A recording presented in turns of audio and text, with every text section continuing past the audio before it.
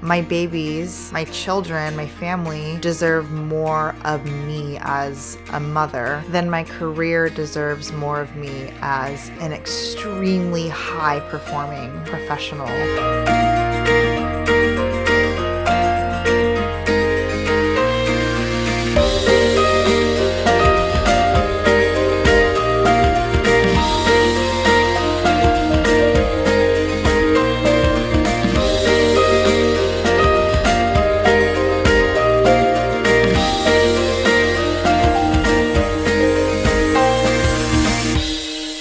Welcome back to the Mama to Be Honest podcast. This is episode 2. I am cheesing right now because I'm trying not to laugh at our little intro jingle that I got made for the podcast. What did you guys think? It sounds a little banjo-y, so we might have to redo it, but I thought it was a better intro than just me beginning to talk. After we put out episode 1 last Sunday, the reception has been so great. I am glad that everyone has been enjoying the first episode. I was just so surprised that it was so well received, and it just motivates me to continue making these episodes. And I'm excited to talk about a lot of the topic ideas that I've gotten in my Instagram DMs and also play around with other segment ideas that I've gotten from friends and family members and listeners. So thank you so much for that initial reception. It means a ton. I hope everyone had a great week. I am coming off of a pretty exhausting week socially. I had a work on-site in San Francisco this week over the course of 2 days. So on Wednesday and Thursday, I left the comfort of my work from home environment and actually went into the office because our whole team was flying in, and we were having like team bonding sessions and different working sessions for how we develop like our operating rhythm as a team. For those who don't know, I've worked in financial tech since 2014. I've been working in tech for almost the past 10 years. It has been such a great experience, and I am grateful that my career has kind of taken the trajectory that it has over the past 10 years. I feel very fortunate to work in tech, especially now in a fully remote environment following the pandemic. So being able to work absent a commute most of the time is wonderful, and it makes for a very flexible schedule. So whenever I do have to go into the office on those very infrequent days, so for this week, for example, for our on-site, you kind of forget how little you socialize now, at least to a certain degree. I was so exhausted after day 1, and it wasn't even like physically taxing. I wasn't walking a ton. I wasn't spending a lot of time outside, but the sheer amount of social interaction that took place over an 8-hour period was just so overstimulating, and I completely forgot how to socialize at times. I would find myself in the middle of a session just wanting to get up and go put myself in a hole somewhere. So that in itself made for a really long and tiring 2 days. After day 1, I came home around 9 p.m. just ready to crash. I barely wanted to take my makeup off. Thank God I did. But I slept all the way until 6 a.m. the next morning, and I had to quickly get ready again for day 2. And it was just a lot. I am glad to have seen everyone in person, but I am glad that these types of things are periodic in nature, and I can just crawl back to my little remote working hole again. So I hope you all had a great week and that you're gearing up for next week. Hopefully it's going to be a relaxing one.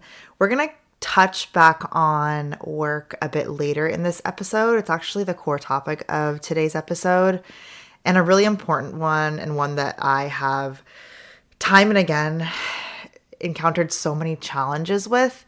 So we will come back to work. But right now I want to jump into one of the topic ideas that was submitted in my Instagram DMs from Victoria. Thank you so much for the topic, which is around balancing date nights and parenthood. Oh boy, this is one that I feel like we are still figuring out, my husband and I, because I admittedly make a lot of excuses around why we don't have time to go on a date night and why don't we just have dinner together here when the kids are sleeping. But there's truly something so necessary around physically leaving the house with your partner while mom or grandma or babysitter comes and watches the kids while you have that actual one-on-one alone time with each other. And again, I am definitely not perfect in this regard. And sometimes we will just get so comfortable with being at home and kind of fooling ourselves into thinking, oh, we're having, alone time or bonding time after the kids are in bed. And we do. We're pretty settled into our routine. Our kids will go to bed and we'll clean the house and get everything kind of reset. And then we'll cook dinner and then we'll just melt into the couch and watch one of our shows while I scroll TikTok. Let's be real here. And I tend to sometimes think that that's enough for my husband and I to have that solo time to connect with each other. But the moment we do actually go out on date nights, I remember, oh my gosh, this is so great. We're out of the house. We're out at a restaurant. We're out at a bar somewhere together, spending time together and talking about things that are maybe not related to being a mom and dad. And we can step aside from our mom and dad responsibilities for a night and just be able to shoot the shit on something else and remember that we are in a relationship too. But even after we get back from nights like that or dates, those super inopportune dates, again, I will kind of sink back into, this isn't the season of our lives where we need to be going on dates. This is the season of our lives where we have to be home all the time and be with our kids, and that's okay. And they're so young and we can have dates the rest of our lives. But it truly is so important to have that one-on-one time with my husband to actually talk about things that are not necessarily about being parents, and remember that he's my husband and I am his wife and we are so in love. And yes, so much of our identity right now is being a mom and being a dad and being mom and dad. But we are also husband and wife, and he's my bestie. And dates are so important. But I fully recognize that even after coming home from those date nights and kind of coming back into our day-to-day, I make those excuses. And so one thing that we have tried to do is we identify all of the resources and support that we have, which is generally my mother-in-law. She's pretty close to us in proximity. So we, as a forcing function, we go on dates at minimum once a month. That's what we strive to do. And it doesn't need to be so fancy. All it really needs to require, bare minimum, is that we leave the house and we do not have the kids with us. So usually what that looks like for us is my mother-in-law will come over in the afternoon, late afternoon, help us get the kids dinner and get them ready for bed. Just so long as, one of the kids is in bed, and that's usually Malachi because he's younger. He can go to bed a little earlier. She can take care of putting our older toddler down, Jade. She can have dinner with her and do bath time and get ready for bed. And Maurice and I can go and leave around 6:30 and just have a night together. Sometimes we don't have an itinerary plan, and that's okay. Just being able to go out and do what we want. We can go shopping, we can go have dinner, we can go to a bar, we can do all the above. But but just really making that a forcing function, like throwing a date on the calendar. We pick out, it's usually a Friday or a Saturday. We pick out a random day, put it on the calendar, and it's non-negotiable. And if that date doesn't end up working, we push it to another Saturday of that month, whether it's earlier or later. And even if we don't have a set itinerary or we don't want to spend a ton of money, we take advantage of the time, because otherwise it would just be an easy excuse to stay home and stay within our comfort zone. And there's nothing wrong with that. I think, if we are in a situation where we don't have that support, which has happened before, and we feel like, let's have a special Friday, we will try our best to do something different other than watching Netflix and scrolling TikTok and sinking into the couch. Like maybe we'll go into the dining room and split a bottle of wine, or listen to an album, or play a board game, which usually does not turn out well because I'm so competitive.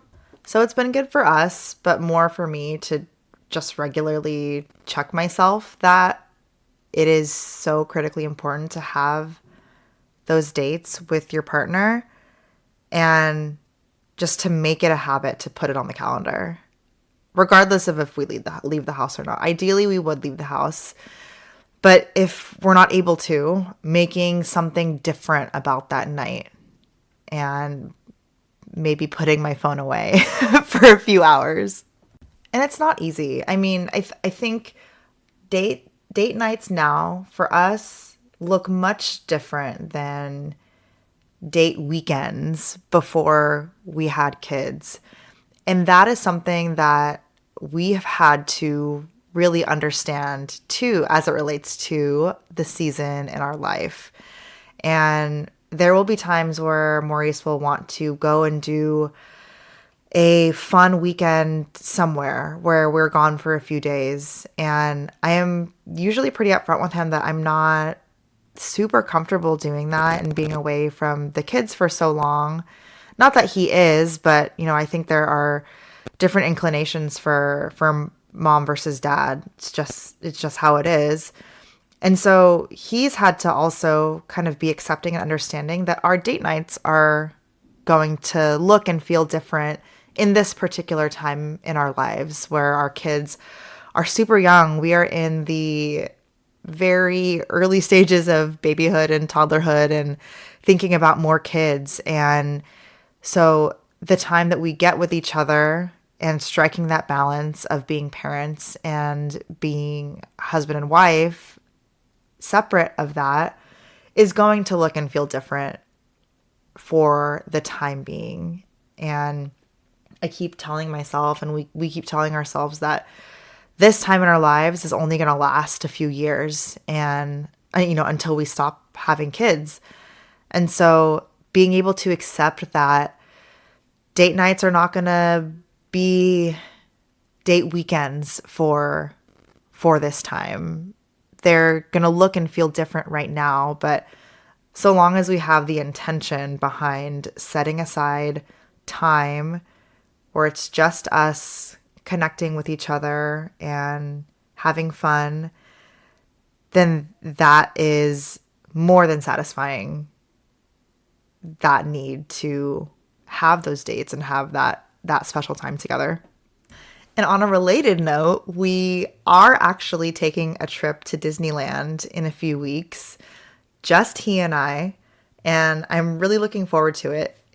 I'll be perfectly upfront with you guys. Disneyland is not my first choice. There's just, I don't have that innate draw to Disneyland like a lot of people do. I'm excited to experience it as a 30-year-old person, because I don't think I've been to Disneyland since I was like 18 or 19. And I don't really remember. I don't remember it. And so I'm looking forward to that. But Maurice made it abundantly clear to me that he needs to go to Disneyland before we take the kids to Disneyland, because he wants to fully enjoy it for himself before we have to bring the kids and prepare our mental states for that experience. I am willing to wait a bit longer to take our kids to Disneyland. until they can, kind of fully appreciate it as a bit older kids. So this was my Christmas gift to him. This is so far, I think, our only trip for the year. So that's going to be kind of a long weekend for us. And so that'll be a nice kind of getaway. I'm not going to lie, I'm having a bit of, lingering anxiety as we lead up to that weekend and, planning and making sure the kids are good and that everything will be fine. Everything will be fine. But it'll be nice to have that getaway and to really extend our normal date nights into an unfamiliar date weekend. So I'm looking forward to just being away and that he can enjoy making his Disney lightsaber and I can enjoy being with my husband. All right, so let's get into the next topic. This is going to be the bulk of the episode because I haven't really ironed out all of my thoughts around it, and I feel like I'm going to be unloading a lot around this topic. Navigating career, motherhood, and home life. Everyone's situation is different, but I feel like a lot of millennial mothers are very career-driven women, including myself.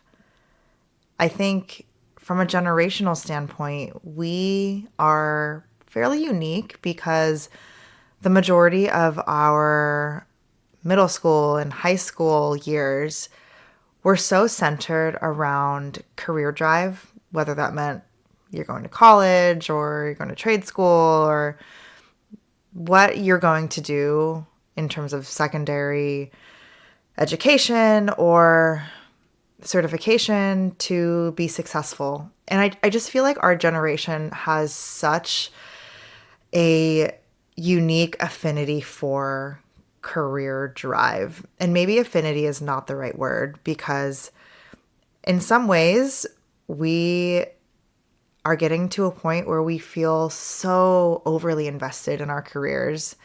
And again, I can only speak from my own experience, but the majority of my life since high school has been focused on making sure I'm getting good enough grades to go to college, to get a good job, to get a promotion, to get a promotion, to get a promotion, to climbing this ladder to somewhere that is going to make my life better.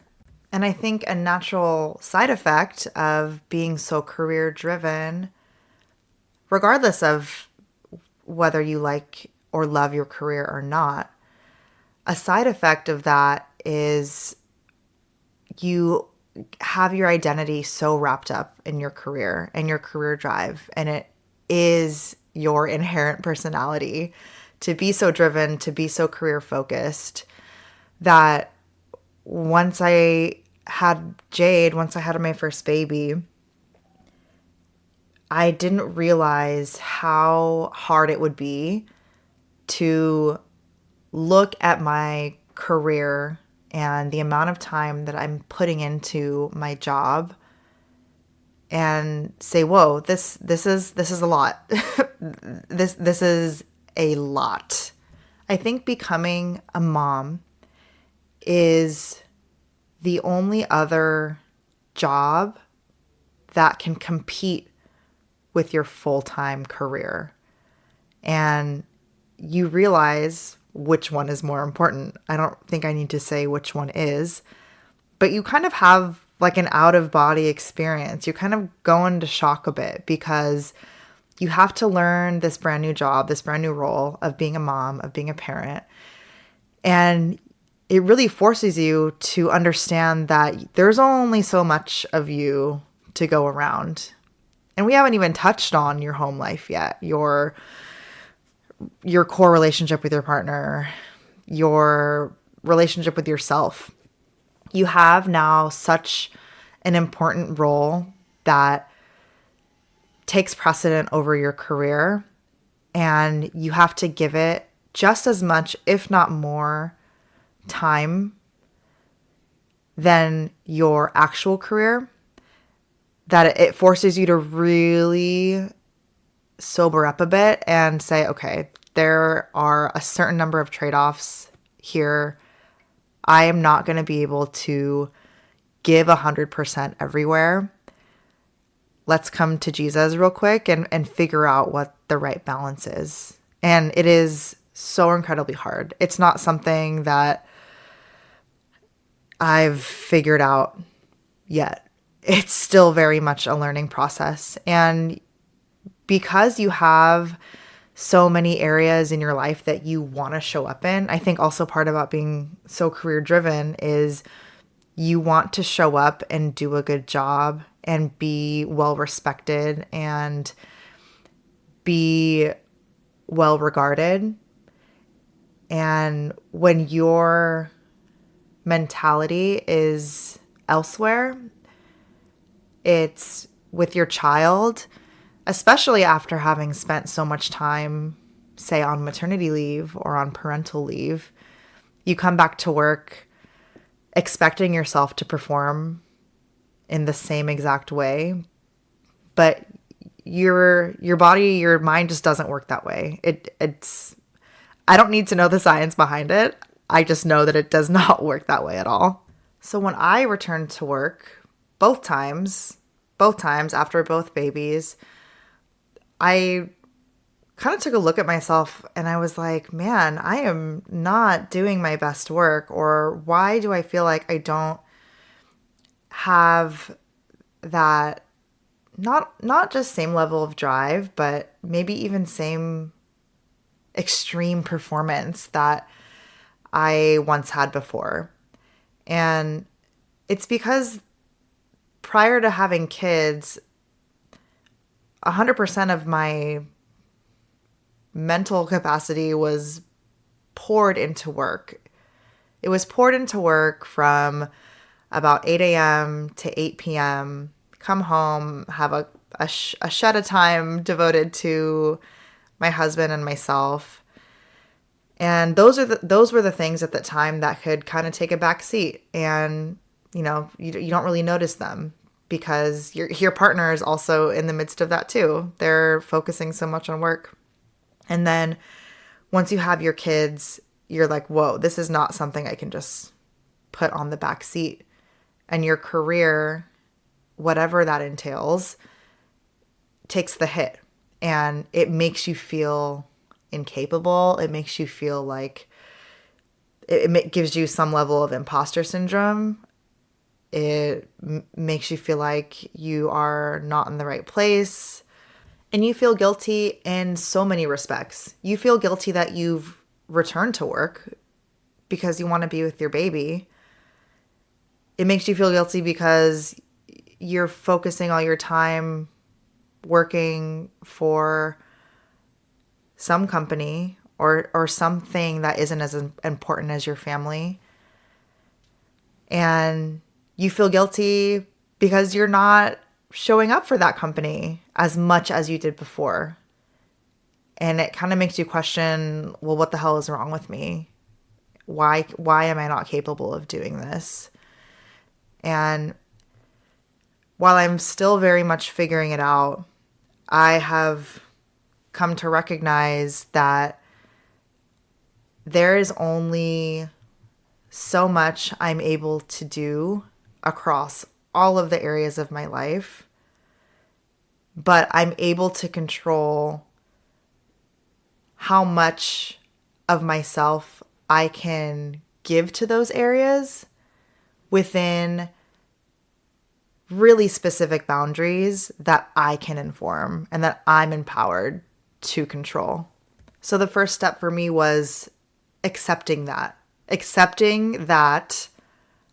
this season of my life, I can only give 8 hours of my day to my 9 to 5. That's why they call it a 9 to 5. Whatever that looks like. If that looks like a few hours in the morning, a few hours after the kids go to bed, a few hours during the day, I cannot give any more than that because I am also needed elsewhere and in a more prioritized way. And accepting that that might not mean I reach my career goals in the timeline that I thought I would. Fully accepting that, fully understanding that, and knowing that that's okay. It's okay for that to not be the crown jewel of my life right now. And it's necessary for it not to, because my babies, my children, my family deserve more of me as a mother than my career deserves more of me as an extremely high performing professional that's 150% invested in my career right now. And once I accepted that, I put it into practice. And the things that have helped me most in setting those really hard boundaries for myself are things like putting actual blocks for myself on my own personal and professional calendars and holding myself to those boundaries. I think I owe it to myself and I owe it to my kids to honor those boundaries while I'm still spending a good amount of my time on my career.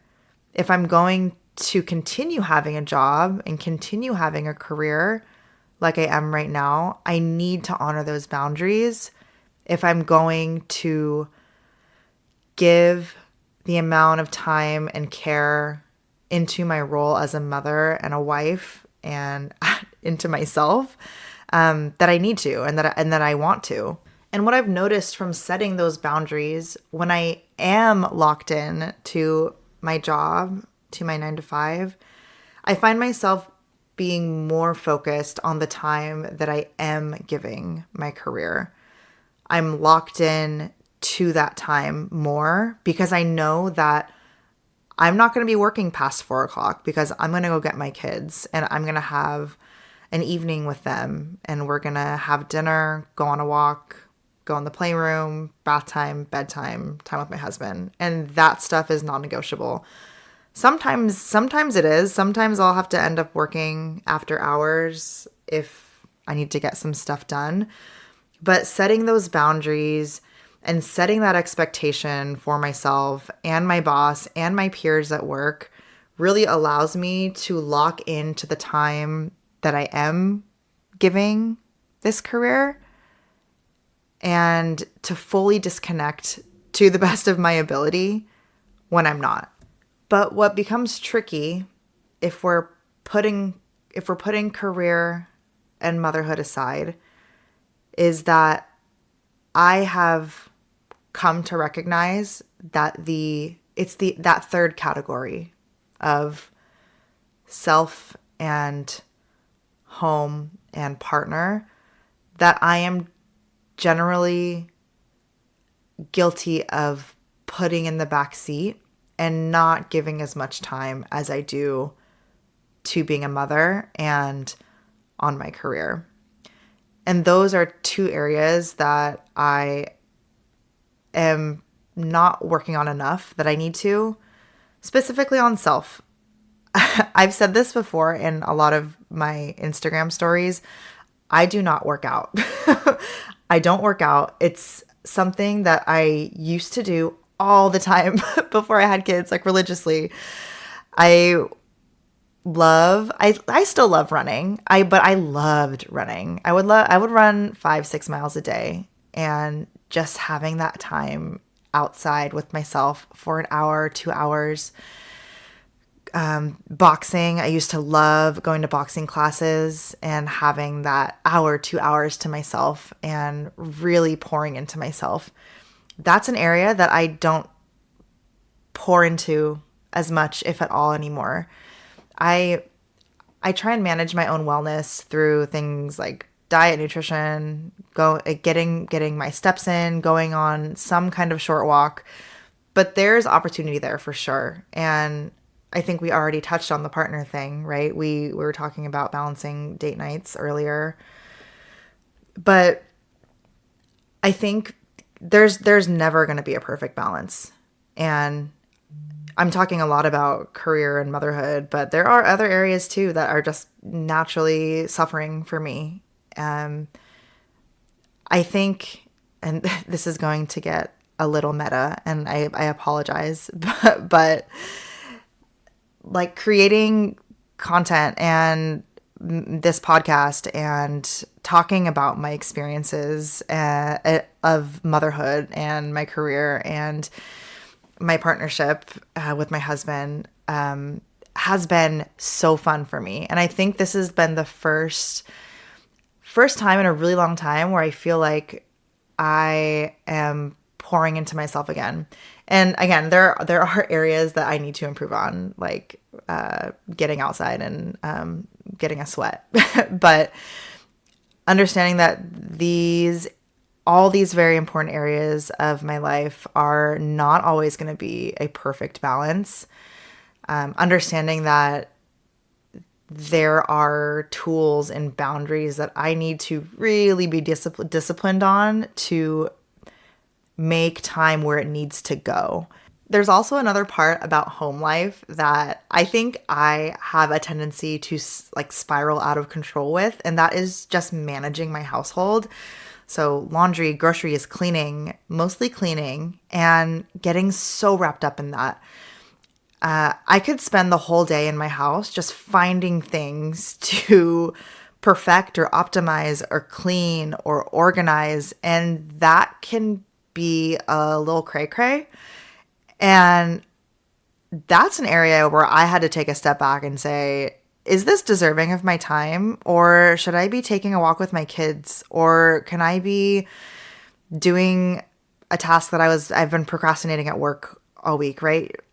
That's an area that I think I could improve on, because I will walk into a room and just start organizing random crap that doesn't need to be organized.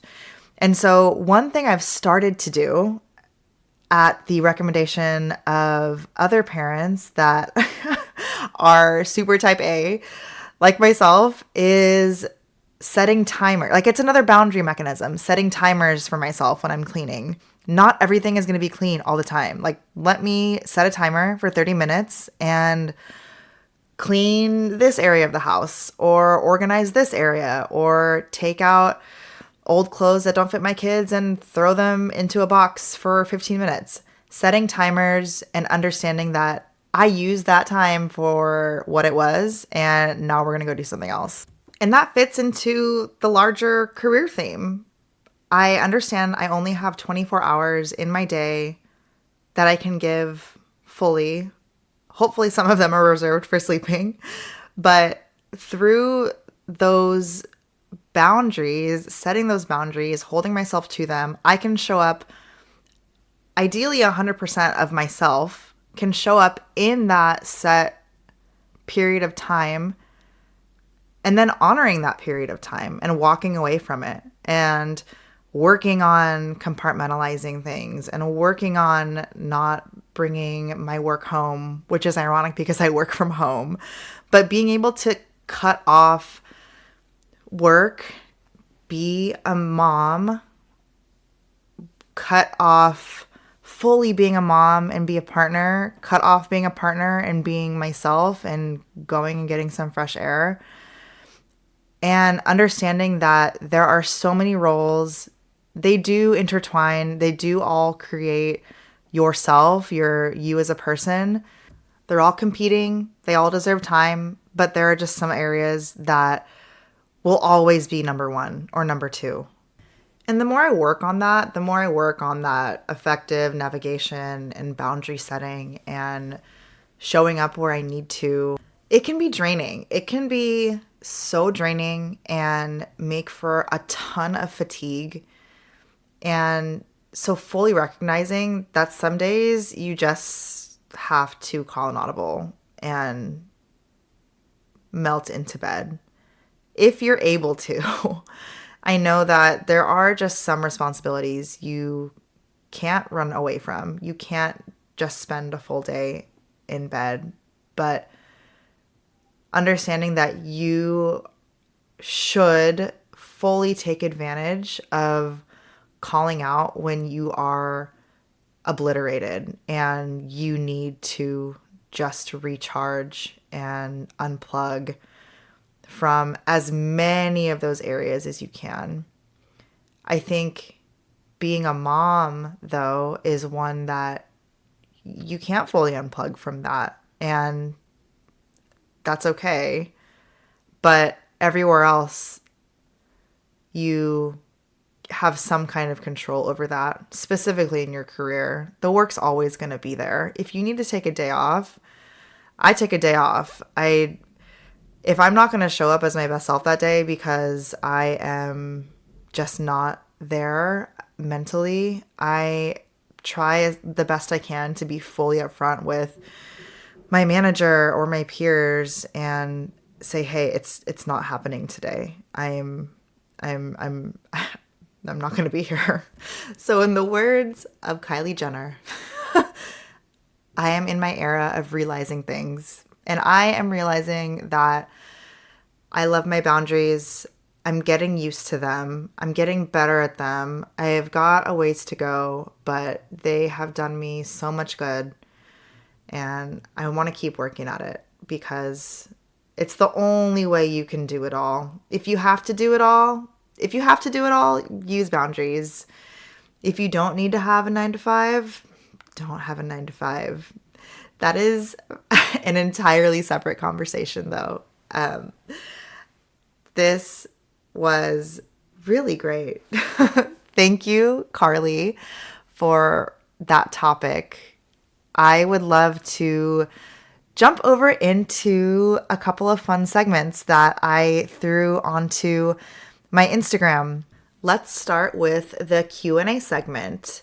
So I threw out a Q&A question thing on Instagram to solicit questions so we can talk through them. I've got a few really great ones that I haven't prepared. So let's see how it goes. The first question, I don't know if this person wants to stay anonymous or not, so I'm just going to keep it anonymous. The question is, what is your advice for how to help my husband prepare for first child and how he can help wife during first pregnancy? This is a great question that I wish I would have asked during our first pregnancy. I think something that was really helpful that I learned from my first pregnancy that I carried over into my second is writing down two separate things. One, there's just so much stuff you need to prepare when you're expecting a little one. So over the course of pregnancy, you'll be, setting up the baby's space, getting a crib. So early on, just writing down all of the just sheer amount of tasks that you have to do and working through that list with your husband and identifying anything that can be even marginally easier to do by your husband, just let him do it. I think that allows him early on to feel super involved, super invested. You as a woman are doing most of the work. If you're pregnant, you're doing most of the physical work. The hormones are going to be taking such a toll on you that anything that, yes, you're capable of doing, but your husband is even more capable of doing in that time when you're creating a human inside of you, let him do it because it's going to make him feel capable. It's going to make him feel needed and involved and that he is playing an active role in ways that you are allowing him to have a role in. I cannot tell you how many times I wanted to build really heavy furniture by myself when I was pregnant with Jade. For what? For what? Because I'm what is it? What's the term? Nesting? Because I'm preparing for baby.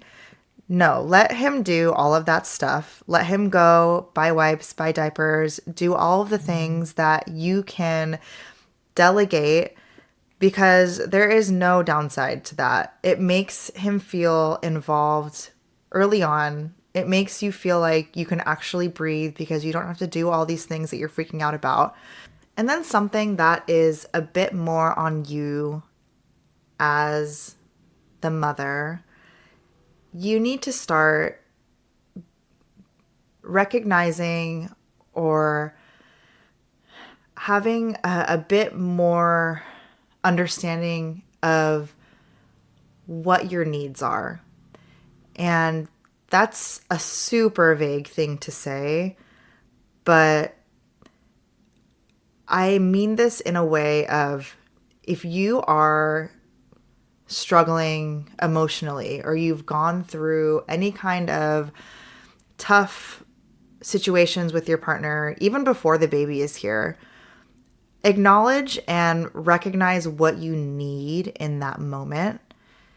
If you need your partner to leave you alone, if you need them to go buy you food, if you need to talk with them or breathe with them, like what are your needs in very stressful moments? It doesn't even need to be stressful moments with them, like any stressful moment. What do you need from your partner? Start thinking about those things and write them down. And I think that's something that we did not do my first pregnancy. I had no clue what I needed as a person in those really high stress moments. And when you bring a newborn home, the majority of the time it's a high stress moment and you're not sleeping. And if you don't adequately know or understand your needs, your partner sure is not going to adequately know or understand your needs. So I think as much work you can do around that before baby comes home and practicing that, or at least talking through it or having it written down and talking about it with your husband is going to make you so much more prepared in the moment, because it's going to be such a fog when you bring the baby home. You're not going to be able to effectively communicate in moments of high stress. But if you already establish between yourselves, this is what my partner needs in moments of high stress. We've talked about this. Let me pull on whatever lever that has worked in the past for us. Start understanding your needs and how your partner can meet them before you're in the moment.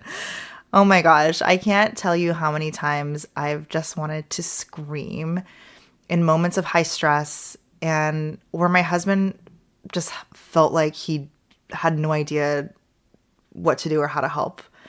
So that's a great question. All right, the second question comes from It's Carly B. What's up, girl? What advice would you give new mamas, first-time moms that you wish someone told you?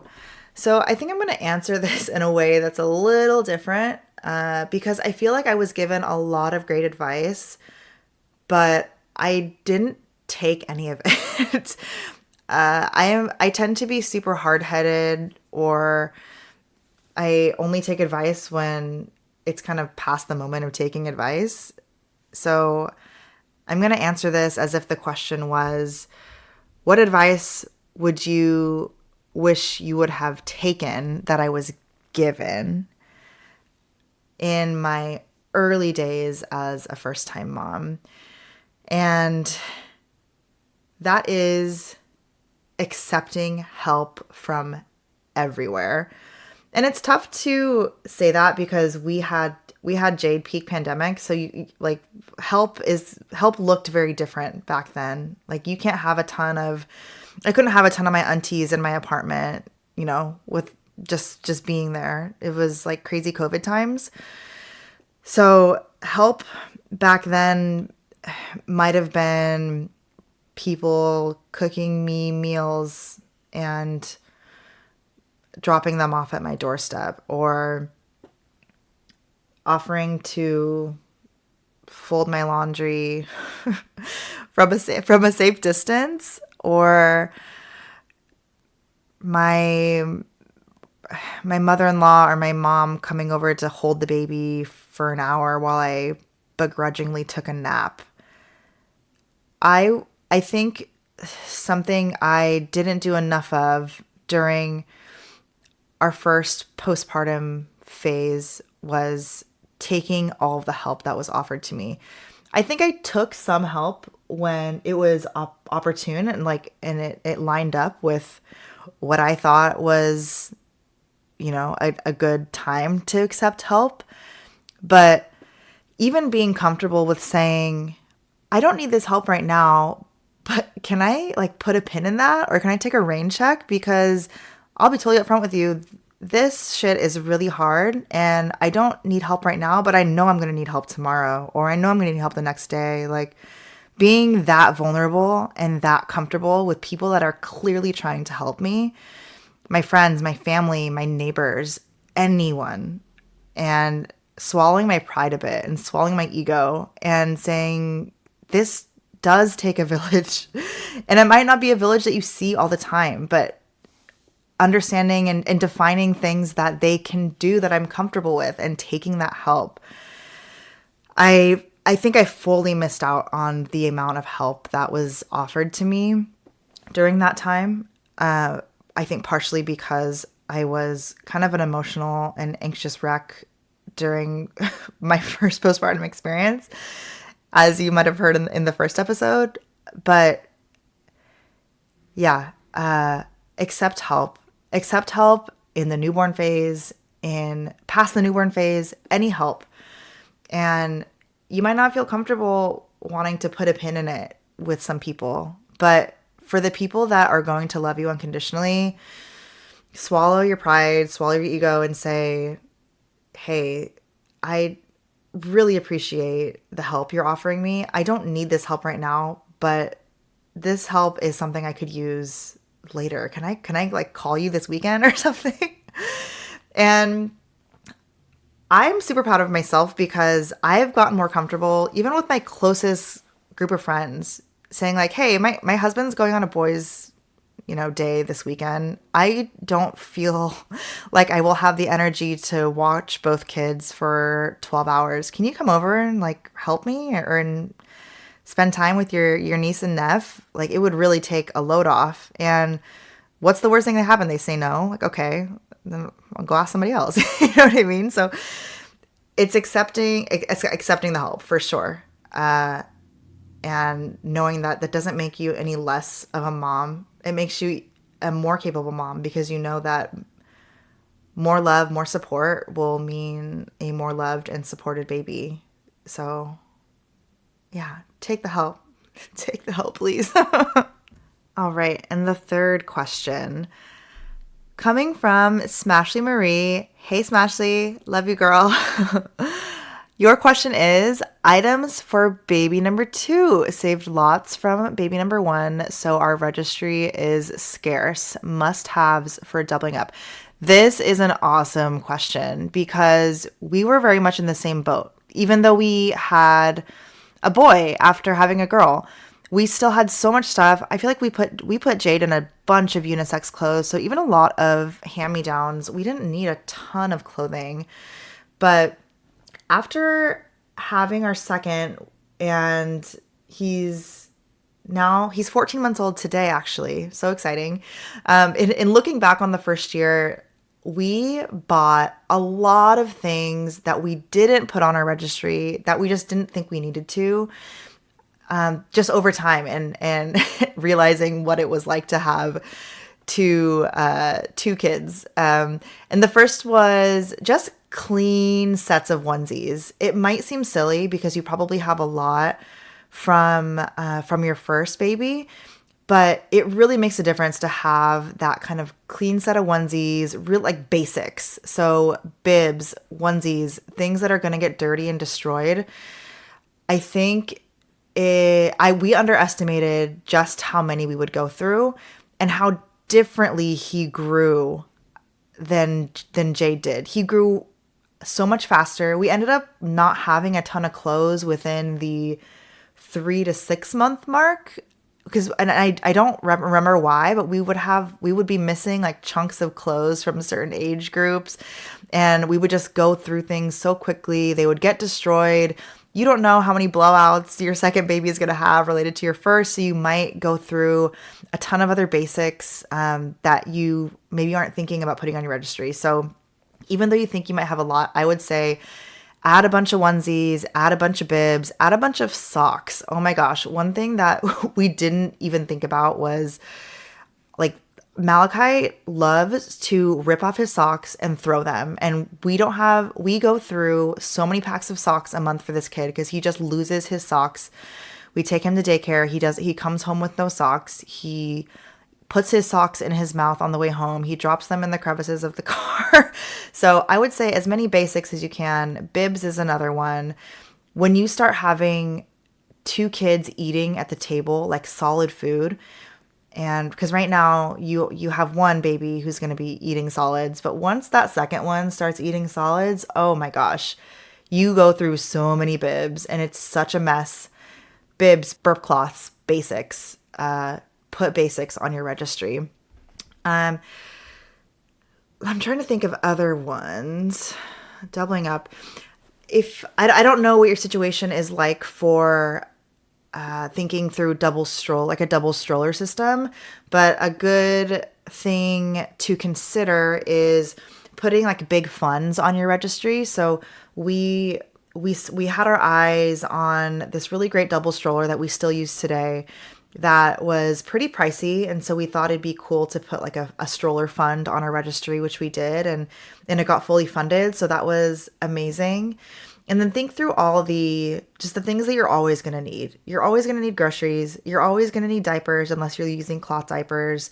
Always going to need wipes. So all of those things add up over time. So putting, diaper fund or grocery fund on your registry, it might seem like a little boring for some of the people that are perusing registry. Like people tend to want to buy toys and gifts, but adding a qualifier there saying like, we have so many, hand-me-downs and we have more than what we need from our first baby. We've been so fortunate to have a lot of those carry over into this second baby when we bring them home.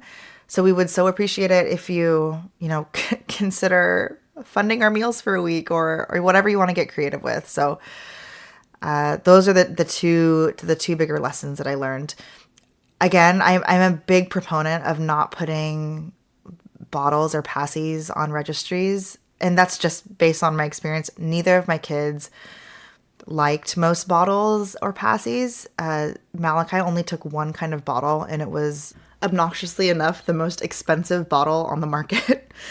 But we wouldn't have figured that out without a bunch of trial and error of old bottles. So I would say hold back on the bottles and passies unless you're sure, and there's really no way of being sure until they're here, when you can try a bunch of different kinds that hopefully you still have on hand.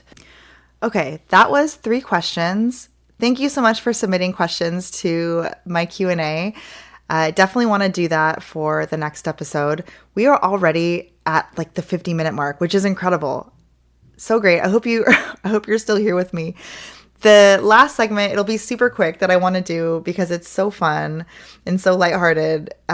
Funny things my baby or toddler has done recently. This was another question that I posed on Instagram for people to submit.